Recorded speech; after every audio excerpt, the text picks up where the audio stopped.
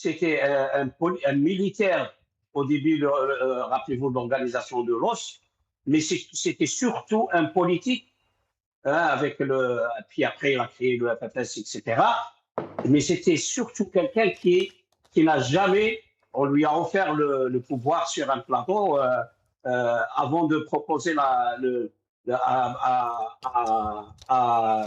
Baudière de présider le Haut Conseil de l'État. Ça a été proposé à Éclude, il a refusé. Il a dit, moi, je me souviens de cette phrase, moi, après tout ce que j'ai fait, je viens prendre un pouvoir d'une façon qui n'est pas démocratique. Donc, il n'y a pas mieux placé qu'Éclude ou un autre chef historique, même Baudière avait critiqué le régime, qu'il voulait, qu'il pensait pouvoir changer. Il ne pensait jamais que ce même régime, ces mêmes militaires vont le tuer en direct et par le dos.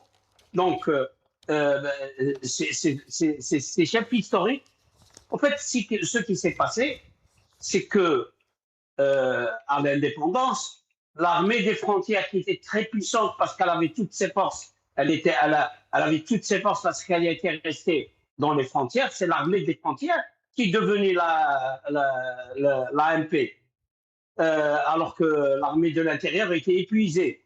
Rappelez-vous, il y a eu la guerre des wilayas.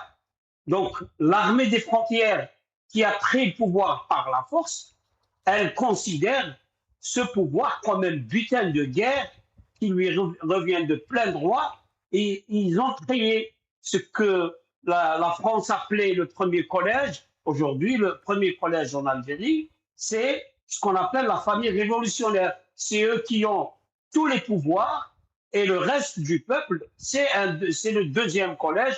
Pour les gens qui ne savent pas ce que c'est qu'un premier collège, le premier et le second collège, à l'époque coloniale, les Européens, les pieds noirs, les Européens de souche en Algérie, on les appelait les premiers collèges. Ils avaient beaucoup plus d'avantages que les autochtones, dont par exemple les élections de l'Assemblée ou de la représentativité politique.